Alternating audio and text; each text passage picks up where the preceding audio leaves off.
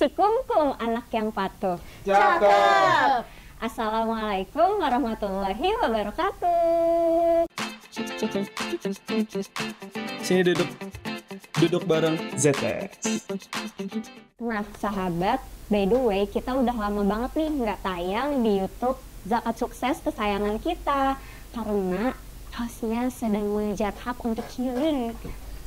Nah seperti biasa kali ini aku nggak sendirian, aku kali ini bareng sama Hai, halo semuanya. Kenalin, aku Salwa dari tim Sahabat Berbagi. Pada episode kali ini aku yang nemenin Pria. Yeay. Di mana nih, Kak? Di podcast Duduk Bareng ZS. Gimana sih? Sini duduk bareng ZS. Nah, kita kali ini kedatangan bintang tamu yang sangat istimewa dan spesial banget nih, Sal. Siapa nih ya kira-kira? Kira-kira ya. Penasaran banget kan? Ya, kita langsung saja sambut bintang tamu istimewa kita, yaitu host kita sendiri. Halo. Aku gantiin beliau. Iya. Beliau jadi narasumber, aku yang jadi host. Oke. Mohon izin ya. Oke. Monggo di take over.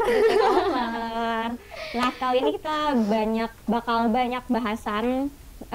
Kita gali insight ya, Sal, dari Betul banget. Kak Kurina, karena selama ini kan cuma jadi host nih. Kita juga pengen tahu dari point of view-nya Mbak Kurina gitu, karena Mbak Kurina ini sangat keren banget sebenarnya. Iya, jadi kita perlu gali nih latar belakangnya beliau, bagaimana beliau ini bisa berjuang sampai hari ini. Wah, Iya, karena penasaran banget ya, Kak. bener, karena by the way Mbak Kurina ini latar belakangnya tuh dari Gizi.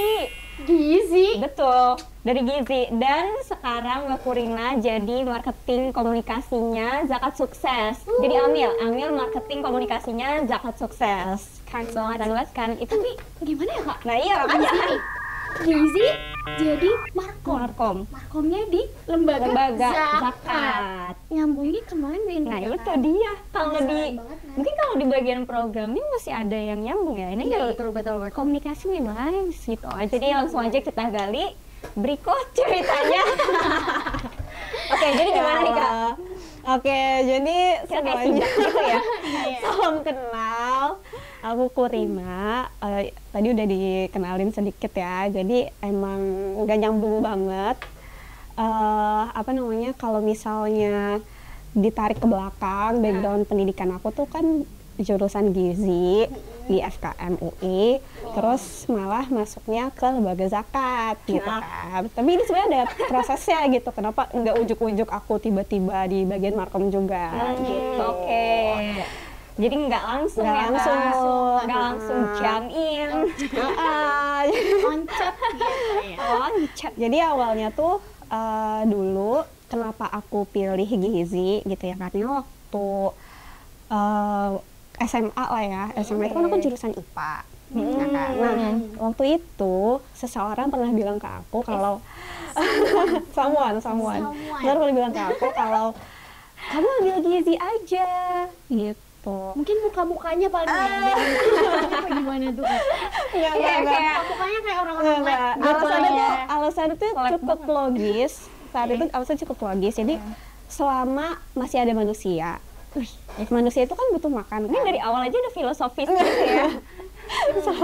Manusia kan butuh makan. Jadi selama manusia makan itu pasti profesi yang berkaitan dengan makanan itu akan terus dibutuhkan. Oke. Kayak gitu. Iya, Jadi bener. make sense kan? Sangat Nah, make sense. tapi apa yang salah dari statement itu dan pilihan hidup aku ke depan itu adalah karena aku belum mengenal diriku sendiri saat itu.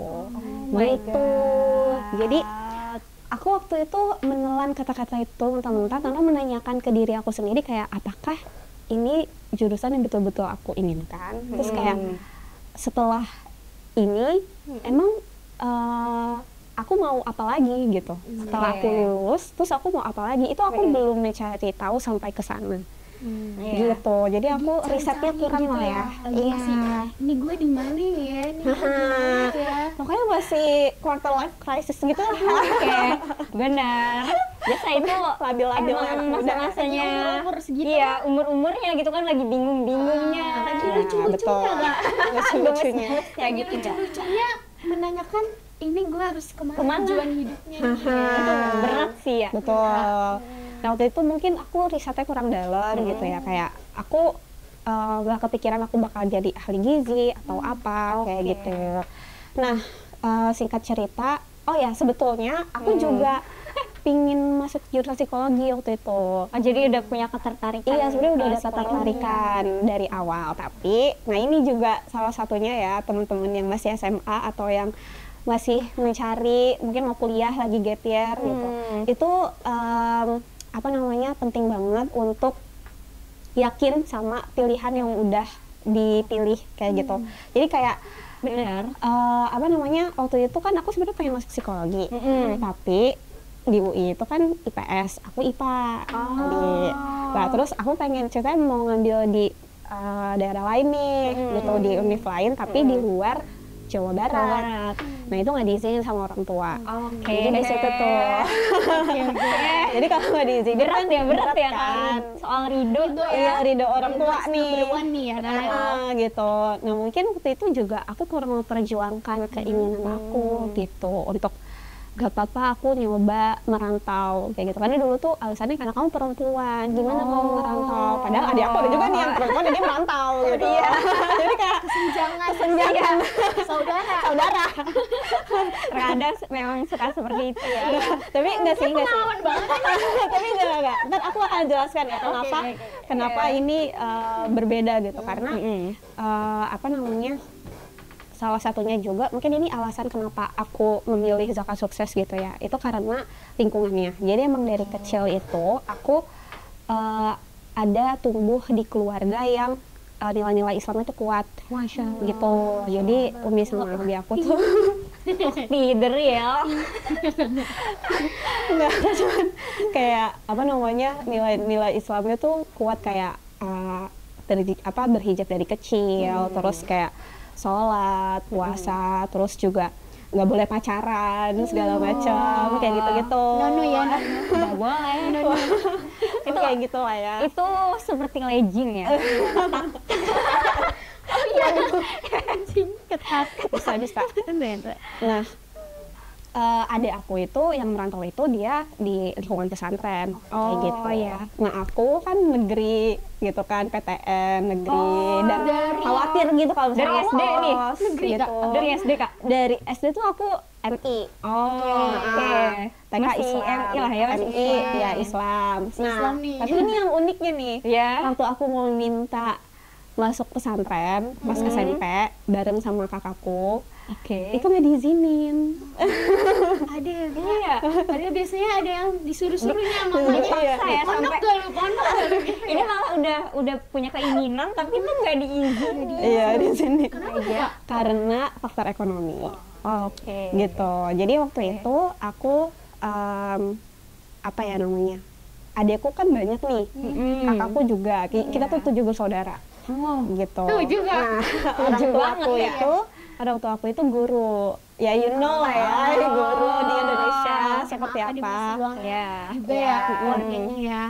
Terus apa namanya waktu itu adikku bilang kayak, Inga kamu masuk negeri aja ya gitu karena gratis. Waktu itu masih gratis. Iya, SMP. Bener-bener nggak gratis bayar. Sampai aku lupa sih apakah masih bayar buku sama seragam juga. Tapi kayak waktu itu kayak kecil banget gitu. Atau nggak bayar sama sekali, aku nggak inget, pokoknya gratis. Terus deket dari rumah, jadi aku bisa jalan kaki gitu. Bahkan kadang-kadang suara bella tuh kedengeran gitu Sampai rumah kamu. iya kayak gitu. Tinggal Iya, jangan. Terus nah terus ya udah aku nurut lagi nih kata orang tua kayak gitu kan. Terus pas SMA juga sama negeri karena alasan yang sama juga gitu. Waktu itu aku sebenarnya mau masuk Semansa Depok. Yang satu ya. SMA 1 Depok, tapi waktu itu kan internasional. Nah, ada bayarnya juga gitu. Terus kayak aduh kayaknya berat nih gitu. Terus Karena bayar. masih ada bayarnya. Ada Terus bayarnya. kayak orang tua aku juga ngarahin aku untuk apa namanya ke SMA lain gitu yang reguler tapi masih negeri. Gratis. Kayak gitu. Tis-tis gitu loh. Iya, tapi waktu itu ya gratis ya, insya Allah. Insya Allah. Aku nggak negeri jadi aku Nggak tahu ya. Ya, tapi biayanya kecil sih. Dulu tuh alhamdulillah banget pendidikan kita tuh masih terjangkau ya. Yang juga ya. negerinya juga ada terjangkau banget sebelum dulu ada. tuh orang-orang yang masuk MSc. negeri tuh mereka yang punya nilai tinggi. Iya betul. Itu persis banget kata orang tua aku, kayak sayang dan kamu tinggi, Nah. bisa masuk negeri gitu. Oke. Sudah akhirnya aku masuk SMA negeri 3. Pilihan pertamanya. Habis itu pilihan keduanya SMA negeri 5 Depok. Nah, deket juga tuh dari rumah, tapi aku kodarullahnya keterimanya di SMA 3. Ya udah di SMA 3 itu aku masih mencari lingkungan yang Islami juga. Karena ya tadi tuh dari kecil kan. Ya, masuk rohis nih pasti rohis. Iya. Anak rohis banget. rohis. Megang berbahan nama. Aku main marawis. Marawis kan biasanya cowok ya sih? Enggak, dulu kalau di Ada, SMA ada. tuh cowok Akhwatnya juga yang ada. main. Ada ya. Ada ya. Di Iya marawis ya. Oke, Gitu. namanya ini Itu apa namanya marawis. marawis. Alatnya namanya marawis. Oke. Nah terus di situ aku merasa seneng gitu ada di lingkungan rohis gitu, karena ketemu teman-teman yang sefrekuensi kayak gitu. Tapi emang ada stereotip juga tau kan kalau Iya, anak emang MIPA sih. tuh biasanya rohis ya. Mereka tuh sangat kayak berkaitan gitu loh. Ini MIPA pasti lo anak rohis ya dulu gitu. Iya, pernah ada Ada sih seperti stereotip itu kayak yang gitu. aku Tapi baca anak di IPS juga ada kok yang stereotip. Dan keren-keren juga yang dari IPS. IPS. Nah, terus waktu itu tuh pas aku jadi di rohis gitu ya, aku sempet kepilih jadi ketua akhwat kayak gitu. Terus waktu itu sebenarnya nggak pede banget kan buat ngambil amanah itu. Iya. Tapi karena ditunjuk sama kakak kelas gitu ya, suruh nyalonin, terus jadi kayak ya udah ikut pencalonan proses. Jadi tetap ada seleksinya gitu.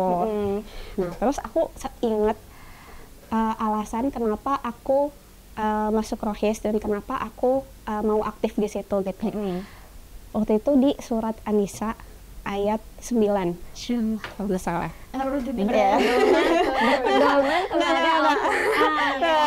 Aku nggak hafal, jadi aku izin bacain ya. Yes. Oke. Jadi di Quran surat An-Nisa ayat 9 ini artinya, dan hendaklah takut kepada Allah orang-orang yang meninggalkan di belakang mereka anak-anak yang lemah. Nah ini ntar kata Ustadz Adi Hidayat itu ada 3 nih kriteria lemahnya. Yang pertama itu ilmunya, imannya, sama hartanya. Yang mereka khawatir terhadap kesejahteraan mereka. Oleh sebab itu, hendaklah mereka bertakwa kepada Allah dan hendaklah mereka berbicara dengan tutur kata yang benar. Gitu. Nah, di situ apa hubungannya sama rohis gitu?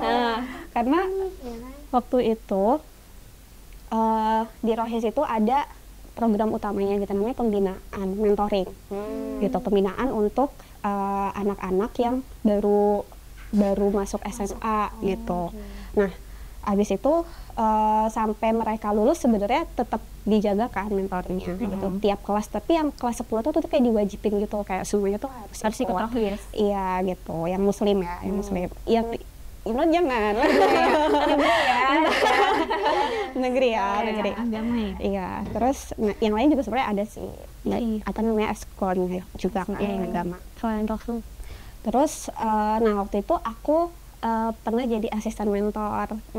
Kayak di gitu, rohis. Di rohis. Terus aku juga akhirnya setelah lulus gitu ya, itu ikut forum alumni rohis dan jadi pengurus dan jadi mentor juga untuk adik-adik yang baru masuk rohis gitu. Jangan-jangan baru masuk SMA. Tapi jangan-jangan dari rohis ini kamu yang menginspirasi kamu untuk masuk ke lembaga amil zakat nih, meski kamu dari jurusan gizi. Iya, kayak apa ya? Karena value-nya tuh sejalan banget sama hidup aku gitu. Benar sih.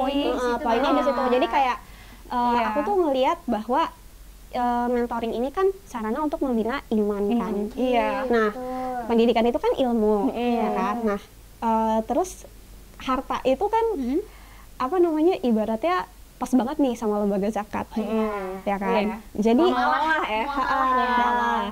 jadi apa namanya? Aku merasa ayat ini tuh kayak panggilan hidup aku gitu. Kayak apa ya? Oh ya. Ini gimana caranya biar generasi di bawah aku, adik-adik aku, atau mungkin nanti anak-anak aku nanti itu nggak menjadi generasi yang lemah. Nah, tadi ilmunya, imannya, sama hartanya. Nah, itu juga berkaitan sama waktu aku tuh udah suka ngajar les dulu dari sejak SMP, SMA, kuliah tuh aku untuk mendapatkan cuan-cuan tambahan mengais rezeki itu aku ngajar les gitu. Kayak matematika, IPA, segala macam. Nah, ya udah jadi apa tuh namanya, aku merasa bahagia banget bisa ngedidik mereka walaupun itu dari akademis gitu ya. Tapi kadang tuh aku selip-selipin nilai-nilai Islam juga gitu ketika aku jadi guru les mereka kayak gitu. Dan itu tuh sesuatu yang baru aku sadari bahwa oh ternyata ini lah yang aku suka kayak gitu. Nah terus pas udah lulus, waktu itu aku lulus tuh apa namanya deket-deket COVID gitu kan. Nggak lama. Tapi sebelum kan? Iya sebelum. Masih offline. Masih offline. Masih offline. Online. Nah terus apa namanya, waktu itu sempat, jadi selesai aku lulus, aku tuh sempat ikut dosen aku di Gizi dulu, kayak bantu jadi enumerator di penelitiannya beliau gitu. Nah terus tapi cuma project itu kan 3 bulan. Terus habis itu apa namanya 3 bulan selesai. Nah aku kan nganggur tuh kayak ya nyari-nyari lah gitu. Terus adalah temen aku nge-share info relawan gitu. Terus aku apply, waktu itu Ramadan. Itu udah di sini di Zakat Sukses sebagai relawan Ramadan di Zakat Sukses. Tahun 2020. Oh, pas banget kok. Pas banget COVID, pandemi. Jadi waktu itu aku nggak tahu tuh sebenarnya ini bakalan jadi apa ya. Karena infonya cuman kayak dicari nih relawan untuk bulan Ramadan gitu kan dari lembaga ini, udah gitu doang. Terus kayak ya udah aku mau dong gitu. Terus aku lupa aku dikontak atau ngontak, terus suruh kirim CV, terus udah dipanggil buat wawancara. Terus wawancara ternyata aku akan ditempatkan di bagian telemarketing.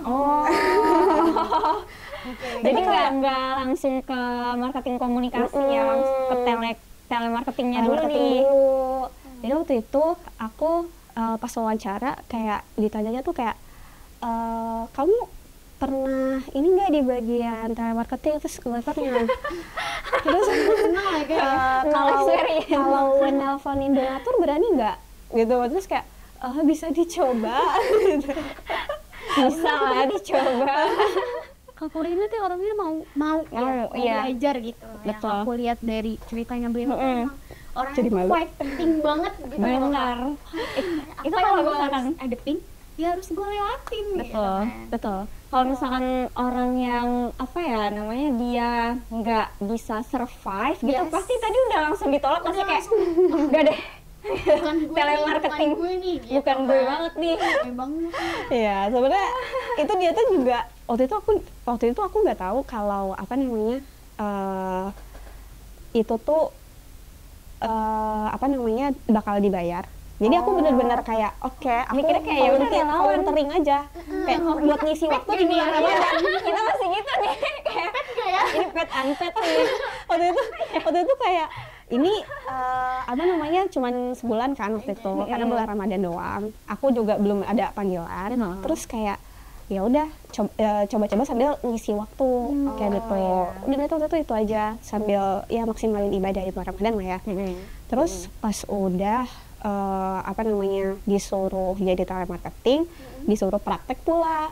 Coba kamu praktekin kalau nelfon donatur kayak gimana. Kan aku udah sempat ngepoin website ZS sedikit gitu lah. Terus kayak ini ada program ini nih kayak gitu. Terus ya udah aku coba sambil gitu. Masih Iya gitu. Effort banget gimana waktu itu manajernya sama waktu itu kan ada di atas aku kayak supervisor kayak gitu, koordinator aku, namanya Mbak Dalila sama Kak Bani. Kak Bani itu manajernya gitu, fundraising waktu itu. Apa namanya, melihat oh ya nih anak yang mau belajar gitu. Jadi ya udah tuh diterima kan jadi relawan. Nah waktu itu awal-awal tuh aku gak langsung nelfon donatur, jadi latihan dulu ngomong sama Mbak Dalila kayak gitu. Terus abis itu apa namanya, baru latihan ke temen. Jadi aku disuruh coba kamu list kontak teman kamu terus latihan ke dia gitu. Lucu banget Kak. Lucu kan? Jadi ya belajar gitu. Dan temennya tuh ngangkat gak nelfon? Ngangkat. Terus dia Bahkan ada yang langsung donasi juga. berarti langsung. berhasil ya. Bisa sih dicoba metode ini ke depannya. Coba lagi. Oke. Nah udah, aku apa namanya, targetnya waktu itu masih 10 kontak per hari, terus naik jadi 30, 50 sampai akhirnya 100 kontak sehari. Oke. Gitu. Terus ya udah dari situ gak kerasa sebulan dan targetnya tercapai. Kayak gitu. Itu aku bersyukur banget sih, kayak ih ternyata bisa ya aku yang introvert ini. MTI-nya ekstrim lagi. Terus bisa ya ngomong gitu. Itu pelajaran banget buat aku kalau dilatih itu ternyata bisa gitu. Jadi nggak bisa gitu. Aku di situ sih titik pertama aku mulai apa namanya, mencintai dunia zakat juga. Karena waktu itu apa ya namanya, aku kan ketika aku nyampein ke donatur aku harus ngerti gitu Benar. zakat itu apa. Apalagi waktu itu zakat fitrah kan yang ditawarin sama sembako buat COVID, karena kan banyak masyarakat yang waktu itu terdampak gitu. Jadi aku harus ngerti zakat fitrah itu apa. Terus ada juga yang banyak nanya tentang zakat mal kayak gitu, Itu sih, zakat emas. Nah itu aku harus belajar tuh gitu. Nah aku belajar dari Mbak Dalila, dari Kak Gari gitu. Terus aku belajar mandiri juga kayak gitu kan. So aku kayak pelajarin juga tuh program-program di zakat sukses, ada apa aja Kita harus menguasai lah ya. kayak gitu untuk menjawab pertanyaan-pertanyaan dari donatur gitu, dari Muzaki. berarti itu Kak, di situ kan Kakak nih dari ahli gizi kan, ke zakat yang kalau dilihat secara harfiah nih nggak ada korelasinya. Nah Kakak gimana tuh, kan ditawarin nih untuk di lembaga zakat, apa yang Kakak bayangin tentang jiwa-jiwa Kakak di IPA itu di lab kan, maksudnya di jiwanya di dalam lab nih, tapi harus ke zakat. Iya. Gimana nih harus menuju ke situnya untuk menyatukan diri Kakak ke lembaga zakat. Sebetulnya nggak berat sih, karena kan apa namanya, di gizi itu kita juga belajar gimana cara bikin program intervensi gizi untuk masyarakat gitu. Jadi kayak nggak, mainannya tuh nggak cuman di lab, di dapur masak gitu atau di rumah sakit gitu, tapi juga turun ke masyarakat gitu. Aku juga pernah PKL masyarakat, edukasi gizi, bikin program gizi, penyuluhan dan lain-lain gitu. Jadi kayak nggak merasa apa namanya gimana gitu pas terjun ke sini, karena deket juga. Dan sebetulnya waktu aku lagi skripsian itu aku bareng teman-teman, jadi aku pernah diajak sama satu teman aku di apa namanya, di UI buat bikin komunitas gitu, komunitas namanya ya pokoknya komunitas anak muda lah gitu. Tapi Depok banget sih. Ya emang Depok banget ya. Dari lahir Tulen. Ya terus ya itu komunitas sosial lah gitu yang digerakkan sama anak-anak muda. Nah jadi kayak ngerasa passion banget tuh kayak gitu di gerakan sosial itu, dan ngerasa bahwa ilmu yang aku dapat dari komunitas itu juga berguna di zakat sukses. Waktu itu aku juga bagiannya kepala divisi media gitu kan. Jadi ya itu saja. Sudah mulai mengalir tuh darah-darah permediaan, perkomunikasian gitu. Jadi gimana sih Kak latar belakang gizi memberi warna gitu di job desk yang sehari-hari itu Kak Kurina kerjakan gitu? Ada nggak sih? Sejujurnya nggak ada ya. Nggak ada samsung. Ya paling kalau misalnya mau diambil apanya ya, Paling tadi ya yang soal edukasi soal ke edukasi ke masyarakat ya. masyarakat itu prinsipnya sama gitu. Mungkin ada satu kayak ini sih, gimana caranya supaya zakat ini itu bisa jadi sarana untuk preventif, bukan cuma ibaratnya rehabilitatif. Jadi prinsipnya itu kan apa ya namanya, di gizi itu kita mengatur pola makan kan, pola makan untuk gimana cara kita bisa tetap sehat, kayak gitu ya kan, secara fisik nih, secara fisik.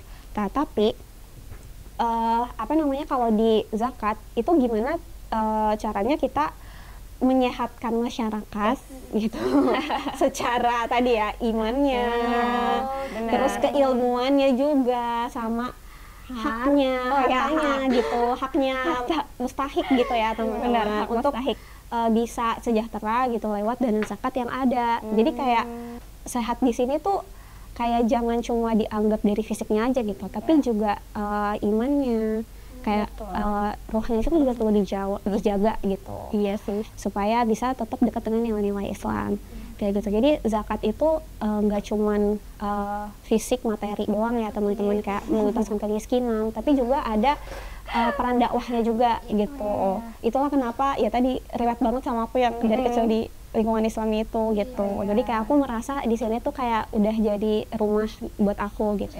Masya Allah. Nah ngomong-ngomong Kak Kurina berarti di sini udah kurang lebih 5 tahun ya? Ya nggak sih? Tadi kan 2020, sekarang udah 2025, udah 5 tahun. Nah pengalaman apa aja sih Kak yang udah Kak Kurina tuh dapat gitu di sini? Kan mungkin di Markom ada sering turun, meliput gitu kan, mustahiknya, dan kadang juga mungkin di event-event, jadi kayak ketemu calon-calon muzaki gitu. Gimana pengalamannya? Pengalaman aja nano naik turun gitu, mixed feelings lah gitu.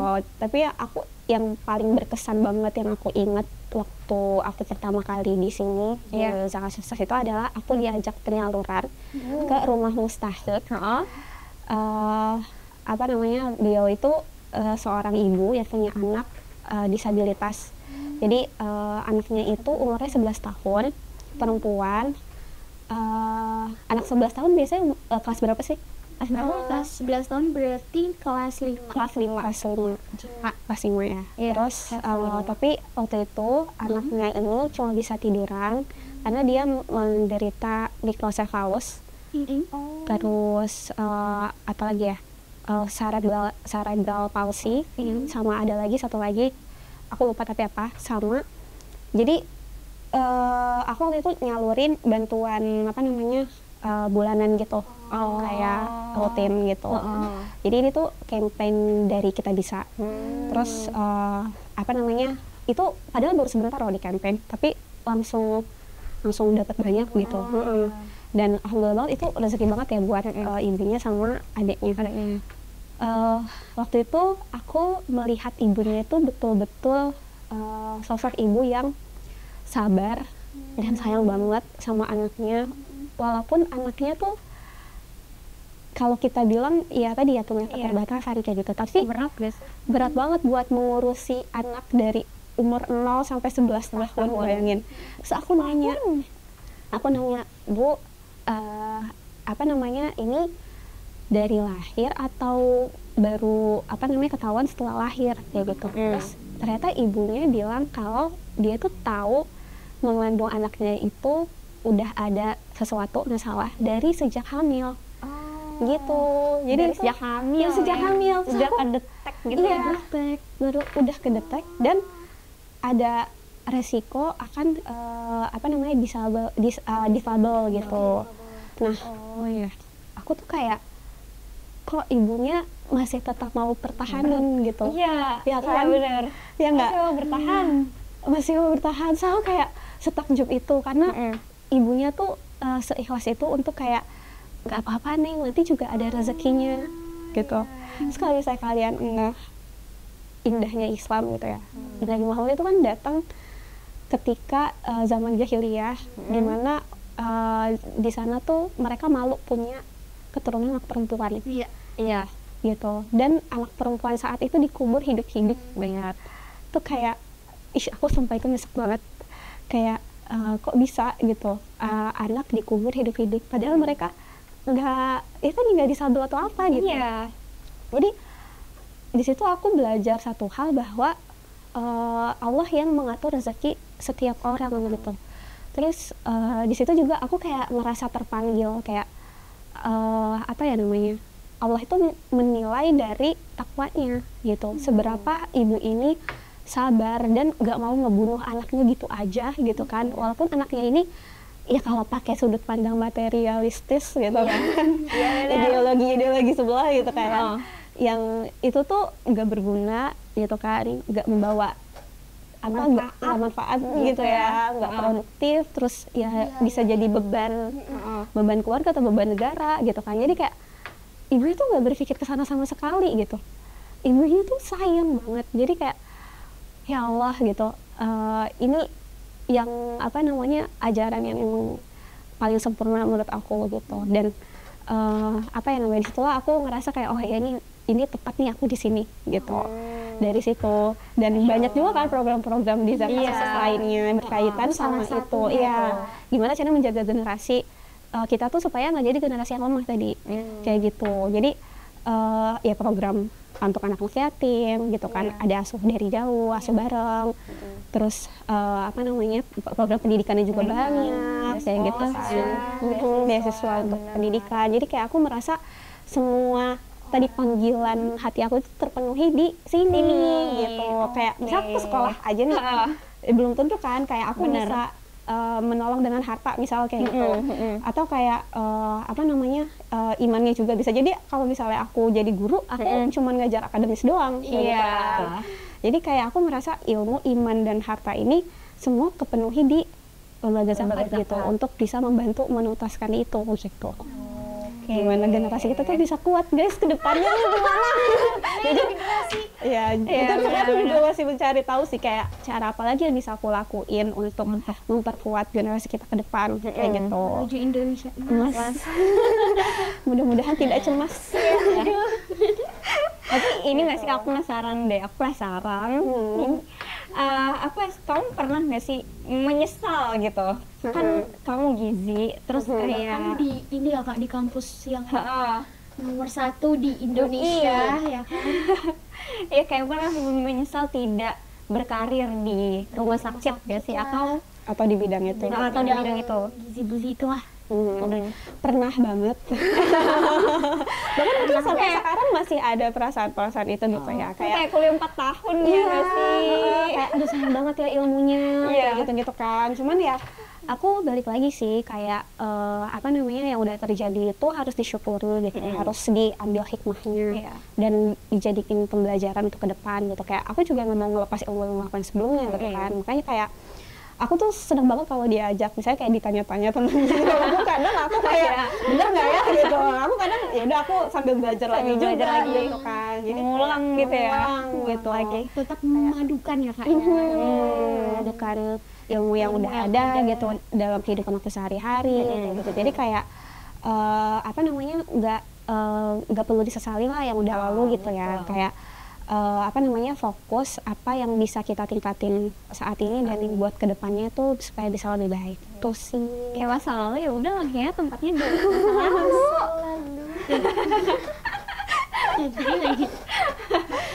gitu. Poin yang bisa diambil sih yang dari Kalturina sampaikan tadi ya Kak, itu benar Allah is the best planner ya. Karena emang nggak dijadiin mesti gitu apa yang kamu lakuin waktu itu bisa jadi di masa depan kamu gitu kayak maksudnya suatu hal yang baik di masa depan. Iya, dan jalan Allah tuh begitu indah gitu ya, dari rencana-rencana yang udah kita bikin. Mungkin kayak dulu kayak Rakurina di UI mungkin udah punya rencana gitu kan, plan besar enggak ternyata aku masih bingung aku jadi sampai sekarang kayak nggak apa-apa banget. Tapi nggak apa-apa sih. Jadi kayak apa ya namanya tadi ya, kalau kita udah punya panggilan, emang sih katanya harus nemuin istilahnya tuh ada grand why, big why, sama strong why. Kayak gitu. Jadi kalau grand why itu kayak apa namanya kayak tujuan yang paling besar banget yang itu tuh kayak ibaratnya kayak life purpose mungkin kayak tujuan. Nah itu tujuannya tuh kayak lebih ke akhirat gitu kan. Jadi kayak gimana caranya kita itu hidup tuh punya makna kayak gitu. Makna besarnya apa sih? Nah itu aku udah nemu tuh ya tadi surat An-Nisa ayat 9 itu. Udah patokannya. Moto hidup. Moto.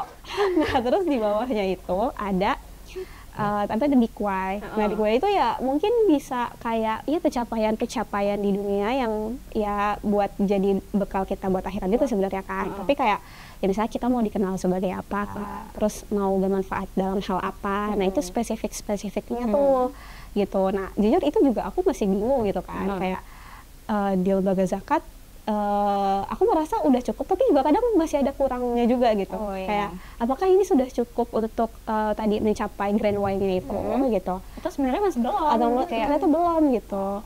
Jadi kayak apa ya? Kayak ibaratnya KPI yang apa namanya terukurnya tuh yang di kuai itu gitu. Kayak misalnya aku mau menolong berapa anak kayak gitu kan, atau melahirkan generasi yang seperti apa kayak gitu. Nah itu di kuainya kan, caranya kesana juga. Nah kalau strong why itu tuh kayak apa ya namanya tujuan-tujuan yang membuat kita tuh tetap apa namanya bertahan. Jadi bertahannya itu kayak gaji kayak gitu-gitu, lingkungan sih biasanya kayak gitu-gitu. Iya, jadi kayak apa tuh namanya kita penting punya ketiganya gitu. Tapi kalau misalnya belum ketemu juga kayak it's okay gitu. Lancaran aja ya. Life Goes on. Kayak gitu. Life goes on. Hidup Yang penting on the track. Yang penting on the track ke grand why gitu sih. Iya. Kayak Dan kita kan akhirat. iya. Nah, aku juga pernah baca ya dari aku lupa sih dari siapa. Itu beliau tuh bilang cara kita tahu kita tuh on the track itu gimana? Itu adalah ketika kita terus dekat sama Allah gitu. Ketika yang kita lakukan itu mendekatkan kita terus pada Allah kayak gitu. Jadi kayak oh ya udah, oke gitu. I'm on the track gitu. Walaupun bingung-bingung juga, walaupun mungkin aku harus muter-muter dulu gitu. Tapi itu sih jadi patokan Allah show. kayak keren banget kisah Kak Kurina ya, soalnya Merinding banget. ya, sangat menginspirasi, apalagi dari tadi tuh Kak Kurina berpatokan pada ayat di Quran surah An-Nisa tadi ya. Itu kayak jadi reminder buat diriku juga sih Sal, kalau apa ya kita harus berpegang pada Al-Quran. Betul. Jadi kayak kembali lagi ke Al-Quran gitu. Oke, nah kita ada yang istimewa lagi. Jadi seperti biasa di podcast Duduk Bareng ZS itu ada sesi games gitu. Kita main sama Mbak Kurina nih. Ya, kita main sama Mbak Kurina. Jadi Tapi nggak ada ini ya Kak? Nggak ada iya, nggak ada hadiahnya. Terima kasih aja. Terima kasih aja. Say thank you ya kan. Jadi kita gamesnya itu disorder. Jangan susah-susah ya. Kan kayak cuma milih ini atau itu gitu ya nggak sih. Oke, yang pertama aku cepet ya? Ya, harus cepat. Yang pertama dibacain sama Salwa deh. Oke. Baca buku atau nonton film? Dua-duanya. Untuk sekarang baca buku. Oke, baca buku. Traveling atau stay at home?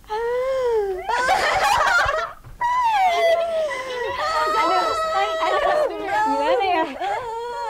Stay at home. Oke. Salwa. Oke. Makan prasmanan atau sudah paketan? Prasmanan. Oke. Memanah atau pingpong? Aduh, aku lagi vakum nih memanahnya, jadi pingpong aja. Oke, lagi semangat ya pingpong. Ini nih. Jawab cepet nih Kak. Iya. Ya. Oke. Satu. Jadi ahli gizi di rumah sakit besar atau stay di zakat sukses? Stay di zakat sukses. Masya Allah. Stay di gerakan zakat ya. Karena tadi sudah sangat mengakar ya di hati gitu. Zakat lah.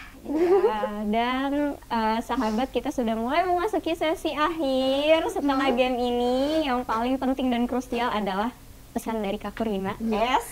Pesannya nih Kak, apa ya maksudnya kan tadi dia tidak sinkron ya Jurusannya. sama kerjaannya. Sekarang tuh Gen Z tuh struggle dengan itu gitu. Iya, betul. Ya, Apalagi gue harus jurusan ini, kerja gue harus harus gini. ini. Padahal rencana Allah tuh lebih indah. Betul. Itu gimana tuh pesannya?